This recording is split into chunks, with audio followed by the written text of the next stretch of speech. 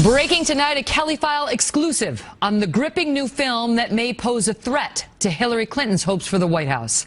Welcome to the Kelly File, everyone. I'm Megyn Kelly. Many insisted after her most recent testimony on Benghazi that this issue was over. Her defenders pronounced it is officially time to move on. That the terrorist attack that took place in Libya on September 11th, 2012, which the administration argued was about an internet video offensive to Muslims, was neither Mrs. Clinton's fault nor misrepresented by her. But the issue of the families of the 4 Americans killed in Benghazi still looms large. At least 3 of the families are on record as saying that as their loved ones' bodies sat at Dover Air Force Base days after the attack, Mrs. Clinton personally approached them and blamed the murders on this internet video, even though we now know that just 2 days earlier she had told the Egyptian Prime Minister that the video had nothing to do with it. Days ago at a stop in New Hampshire, Mrs. Clinton was pressed on why her story diverges wildly from that being told by these family members. Quote, "Somebody is lying," said a columnist from New Hampshire's Conway Daily Sun. "Who is it?" Mrs. Clinton responded, "Not me. That's all I can tell you." Not, "No one is lying." Not, "Let's not impugn anyone's motives here." Not, "I reject the premise of your question." Not me. That was the answer she chose to give. But a major motion picture about to be released by Paramount Pictures, 13 Hours, The Secret Soldiers of Benghazi, makes it very clear that Benghazi was a pre-planned terrorist attack. The film is introduced as a true story and reintroduces Benghazi as a potential campaign issue that cannot be helpful to Mrs. Clinton. The film is told through the eyes of the men who were there, 3 of whom are with us tonight, the real-life heroes on the ground in Benghazi on September 11th, 2012. They helped director Michael Bay craft a gripping film that captures the fierce fight to protect dozens of Americans and the desperate calls for help that went unanswered by President Obama's administration, including Hillary Clinton's State Department. We'll speak with them in a moment, but first, a new look at the story about to hit the big screens.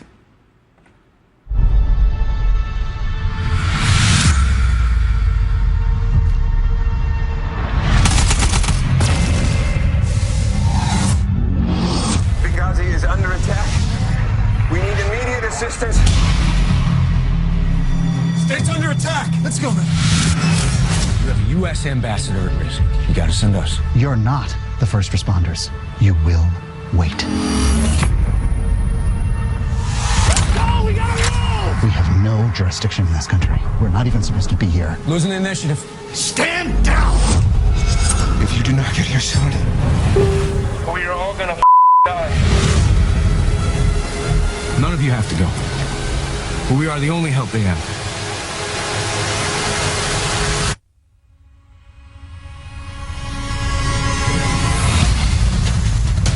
We're coming in. We're on property.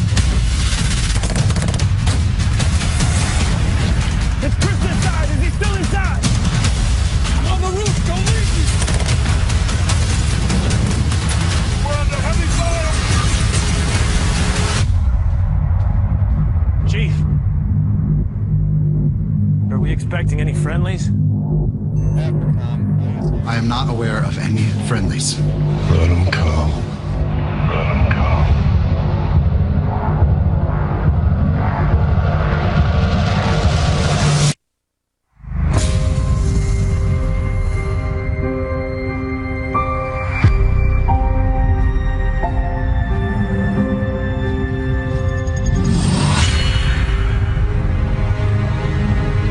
Hate on these guys. What you do right now will determine whether we live or die. As long as I'm doing the right thing, God will take care of me. If you don't send our support, the Americans are going to die, including the one talking to you right now. You're not giving orders anymore. You're in my world now. I haven't thought about my family once tonight. Thinking about them now. Up here in the middle of all this. Shoot that son of a bitch! Thinking about my girls, man.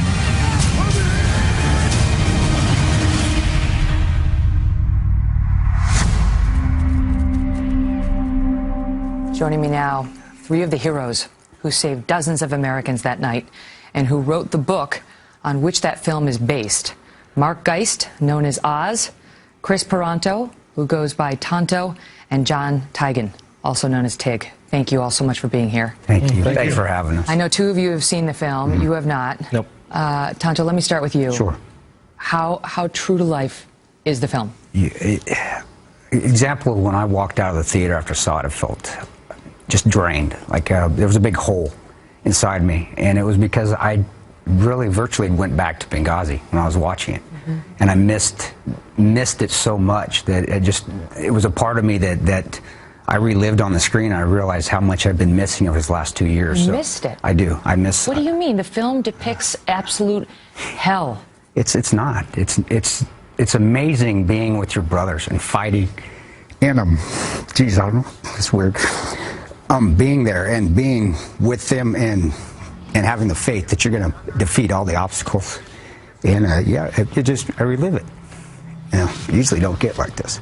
So no, it brought home a lot of the truths that we went through, and a lot of the like I said, the brotherhood is the best way I can explain it. So yeah, I miss it immensely. I sacrificed a lot to get to this point, and one of it's the job that I really loved. Yeah, I'd go back there in a heartbeat. The movie and the book takes the viewer and the reader through the story of Benghazi, so our viewers are up to speed. It starts off at the diplomatic outpost, the so-called consulate, where Ambassador Chris Stevens was, and the attack on that compound that was not caused by a video, where RPGs and mortars and so on are set off, and Ambassador Chris Stevens dies due to smoke inhalation, along with Sean Smith. Yep, Sean. These guys, in the meantime, are off at the CIA annex, another post that's less than a mile away, chomping at the bit, saying, "Send us, send us." You can hear the distress calls. You can hear the radio calls of the State Department personnel saying, "We're going to die, we're going to die, we're going to die." Yeah. The CIA station chief, where you were at the time, told you repeatedly, according to the movie, "Stand down." We saw that in the trailer. Use the words, "Stand down." Is that how you remember it? Yeah, I mean, it was him. It was the chief of base, the deputy chief, and our team leader that were sitting on the front porch, and when he told me to stand down. It was good. Tig said, "Hey, we're losing the initiative," and we were. Why is it wrong? Why, you know, the position is you're here to protect the annex. They have some security personnel over at the consulate, which our viewers should know. Congressional investigators have already found was woefully inadequate, and that we were totally unprepared. That state had totally left those guys unprepared to defend themselves. But in the moment, that station chief at the annex was saying to you, "Stand down. You're here to protect us, this facility, not that one." Well, I really don't think it was just for us to protect that facility. It's just that's how he was. There was multiple security situations when we should have left, and he never let us go. But why? He was just risk adverse, in my opinion. His last station, he wanted his legacy to be what it was. He didn't want to lose anybody, I guess. You got trained Army Rangers, you got Navy SEALs, you got Marines, the best in the world, standing there ready to go, armed to the teeth, trained for exactly this, saying, they're saying they're going to be dead. We're going. Yeah. How many times did he tell you to stand down? Well, he told Tonto to wait twice, and he told me to stand down, which even a wait technically is pretty much a stand down too. But yeah, you know, it's just I don't know why you would rely on a militia that's not even military trained. They're barely even trained. Because he's telling you guys the Libyans are going to protect Ambassador Stevens. Brigade, the Libyans have it. The Libyans who had already run from the front of the diplomatic facility were going to handle it, which of course they did not. But ultimately the movie depicts you guys saying, "We're going." And Tyrone Wood specifically saying, and that's quoted in the movie, saying to all of you, it's up to you, but we're the only help they have. Did that really happen? And that did happen. And the radio call from Alec Henderson coming across saying, "Hey, if you guys don't all get here, we're all gonna bleep and die." That's word for word. That's what actually spurned us. You all have testified to this, and the trailer that we just watched, it captures it too, with the writing on the screen. There was no support. And having seen the film this morning, if there's one theme that emerges, that is it. That they were left alone. There was no one to back you up. Throughout the film, you see heroes of understanding, based on their experience, that the American military will be there to back them up and support them. And help never came. I mean, for us, for the military to come and support us, the agency, we wouldn't expected it. But the fact that the U.S. ambassador had been missing probably for about 5 hours before they actually officially, he was considered dead, and they didn't send anything or attempt to push anything that way is pretty crazy. I mean, I would never expect him just to leave the ambassador out there to hang out. And what about all the CIA agents who were in the annex? Again, my view is they didn't even try. And that's where the problem, and that's where the film does a great job of showing that even though the headshed or the headquarters elements with the Department of Defense were getting assets and moving them, that it eventually just stopped for some reason. We still don't know why. What did you expect would come? What did you think would show up? Who or what? The biggest thing I think we really needed was mainly air support. I mean, any kind of... Just something to fly over. How hard would that have been? Not hard. There's, again, people that see the movie and read the book know that it wouldn't have been difficult. And all we sent was an unmanned drone. And it wasn't helpful at all either. But I want to go back, because one of the things that gets lost, I think, in the coverage of Benghazi too is the loss of our ambassador, who was portrayed in the film as a good man. Very good. Who was just trying to do the right thing, who had begged for security increases there and was denied those security increases, and they had in fact been diminished repeatedly leading up to September 11th. And that's another thing that the investigators have found, which was he had no business being in Benghazi on 9/11. The administration should not have allowed it, and if they were going to send him, they should have sent him with proper security.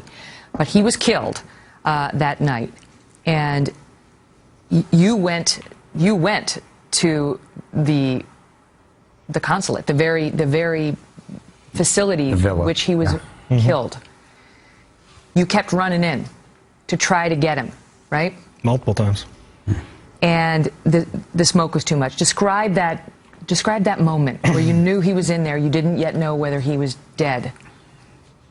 You know, you couldn't really, I mean, I was on my belly for the last time I went in before we got counter-assaulted on the consulate, and their smoke was still down there, and you could still only see about maybe 2 feet in front of your face, and, you know, it was just so thick and so hot, it's just like being in a brick oven. I mean, you're just sweating constantly, and it was extreme heat and just coughing, and because you can't really hold your breath because, one, your adrenaline's pumping, and, you know, you've been running around for the last hour, you know, fighting your way on and then searching, and so, I mean, it was pretty intense. Do you believe that if you had been allowed to go when you first said, send us, and the radio calls came in from the consulate saying, help us, help us, help us, do you believe there would have been any chance to say... Oh, yeah. They'd be alive today, 100%. The congressional investigators concluded there was no stand-down order. I don't know where they got that. Well, it's because they couldn't read his lips from the drone that they had. I get that's just silly. I mean, there was, for us... I mean, Hillary Clinton and Barack Obama and others rely on those conclusions, saying, you know, they've really been cleared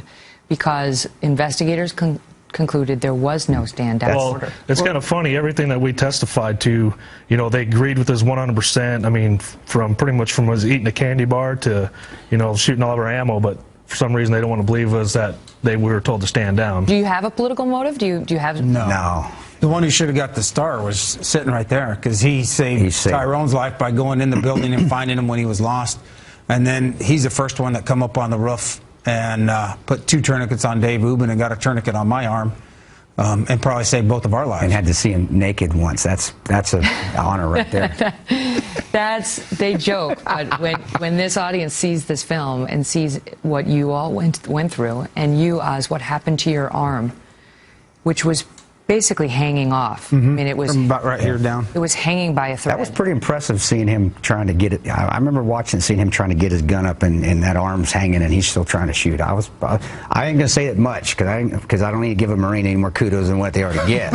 But I'll be honest, I was pretty impressed seeing that after the mortars hit, and seeing him still in the fight. And when he went down to get help, it wasn't for himself. It was for the gentleman you just referenced, who had also been hit. And so Oz walks in down below to where the CIA agents are to say, there's another guy. His arm is dangling. And he says there's somebody who's hurt and needs help.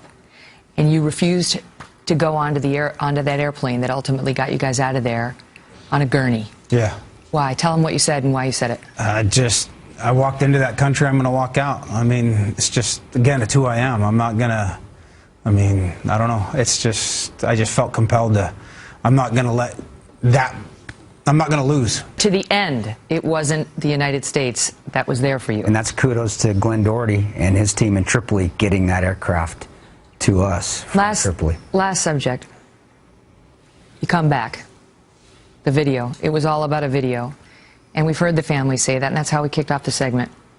That Hillary Clinton, according to the family members, looked at them at Dover Air Force Base when the bodies came back in the caskets and said, we're going to get the guy who made that video. And now when asked who's lying, you or the families, she says, well, it's not me. And of course she's talking about Glenn's family. She's talking about Tyrone's family. She's talking about Sean's family. And I know Pat Smith. I know Katie Quigley, Glenn's sister. I know, we know Ty's mom.